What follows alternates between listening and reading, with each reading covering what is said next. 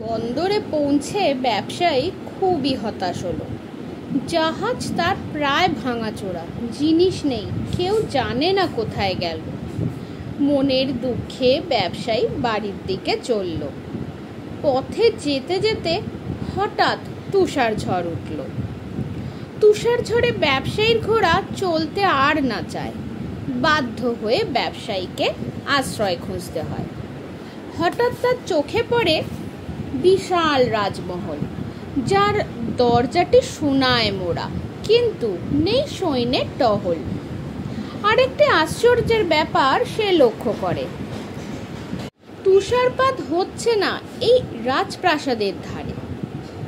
দরজা খুলে গেল যখন ব্যবসায়ী দিল তাতে হাত, কিন্তু খোঁজার পরও সে জানতে পারল না কে সেখানকার নাথ। অগত্যা সে ঘরে ঢোকে, দেখে সারি সারি খাবার সাজানো। খিদের জ্বালায় খাওয়া শুরু করে, চিন্তা করে না অন্য কোনো। খাওয়ার পর ব্যবসায়ী ঘুম পেল জোরে। শোয়ার ঘর খুঁজতে লাগলো সে ঘুরে ঘুরে। একটি ঘরে সুন্দর করে পাতা বিছানা, কেউ যেন তাকে বলছে, এখানে তোমার শুতে নেই কোনো মানা। সে সোজা গিয়ে শুয়ে পড়ে, আর কিছু ভাবে না। সকালবেলা ব্যবসায়ী আরও আশ্চর্য হয়ে যায়। প্রাতরাশ দেখে তার মাথা ঘুরে যায়। হরেক রকম খাবার সেখানে, হরেক রকম পানীয়। কোনটা ছেড়ে কোনটা খাবে সে বসে ভাবে তার জন্য।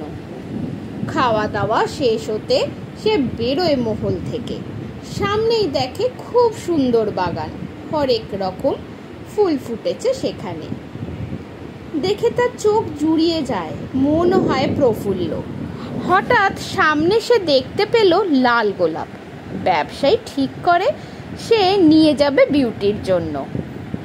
বৃন্ত থেকে গোলাপ নিতেই বাতাসে ছড়ায় বিকট আওয়াজ। চারদিক অন্ধকার হয়ে যায়, পাখির কলরব হঠাৎ থামায়।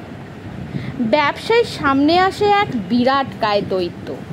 চোখগুলো তার রক্ত জবা, নখ আর দাঁত চাকুর মতো ধারালো। হুমকার দিয়ে বলে সে, ফুল কেন ছিঁড়লে? তোমার এত যত্ন করলাম, তার এই দাম দিলে? আমি তোমাকে করব না কখনোই ক্ষমা। আমার কথা না শুনলে তুমি বাড়ি যেতে পারবে না।